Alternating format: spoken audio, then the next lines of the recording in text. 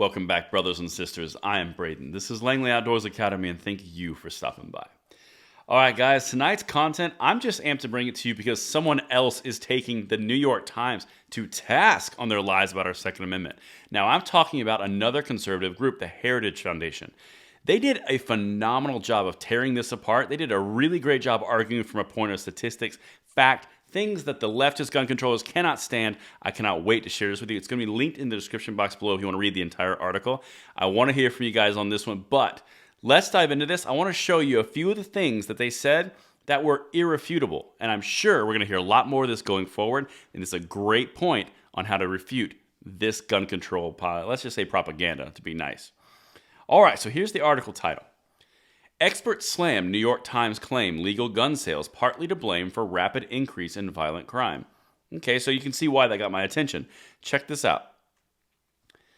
Violent crimes like murders have plagued the U.S. over the last 2 years, and many experts blame the fallout from the pandemic and 2020 summer of protests and riots following the death of George Floyd. Now, a lot of people have done that. Here's where they get in trouble with the New York Times.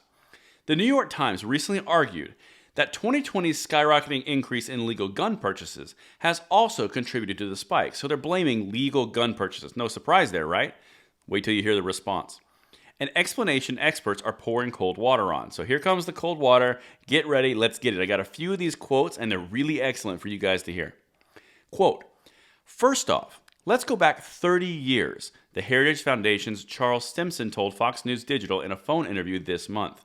Quote, for the last 27 to 29 years, our country has had a dramatic decrease in violent crime.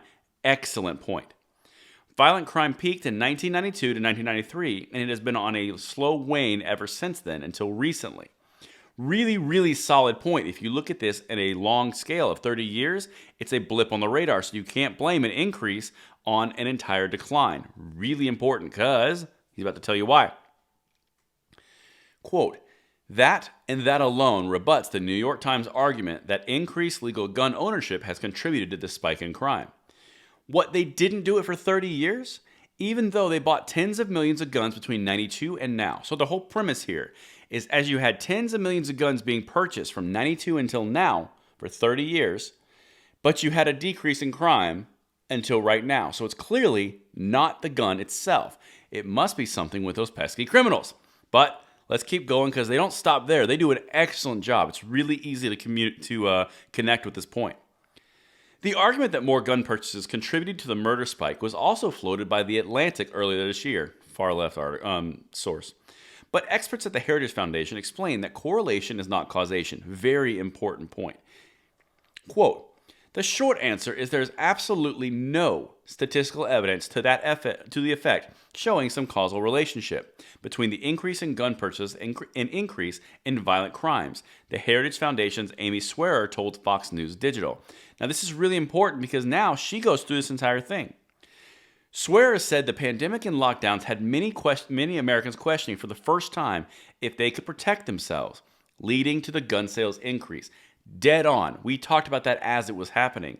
This was a psychological change. This was not a gun change. This is very important. Quote, a lot of people were looking around, especially early on, and getting that first sense of, I actually don't know if something happens, the government will be there to protect me, Swearer said. She noted that the pandemic prompted police departments to change policies and how to respond to emergency calls, and response times lagged as a result. A direct response to an increase in crime, no matter what the reason, people arm themselves. You don't get more American than that because we have the blessing of the Second Amendment so that we can do just this. Everything that we're talking about right now is a natural reaction to something that Americans can do. Other countries cannot do what we did. Our response to danger took care of it. It's an incredibly important point, but let's keep going.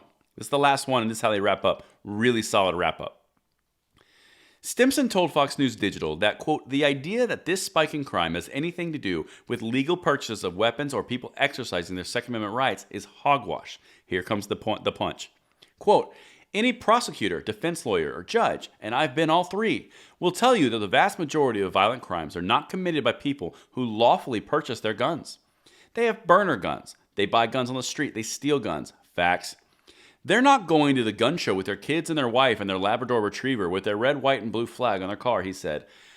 delivered with points, delivered with a little bit of sarcasm. Oh, it was so delicious.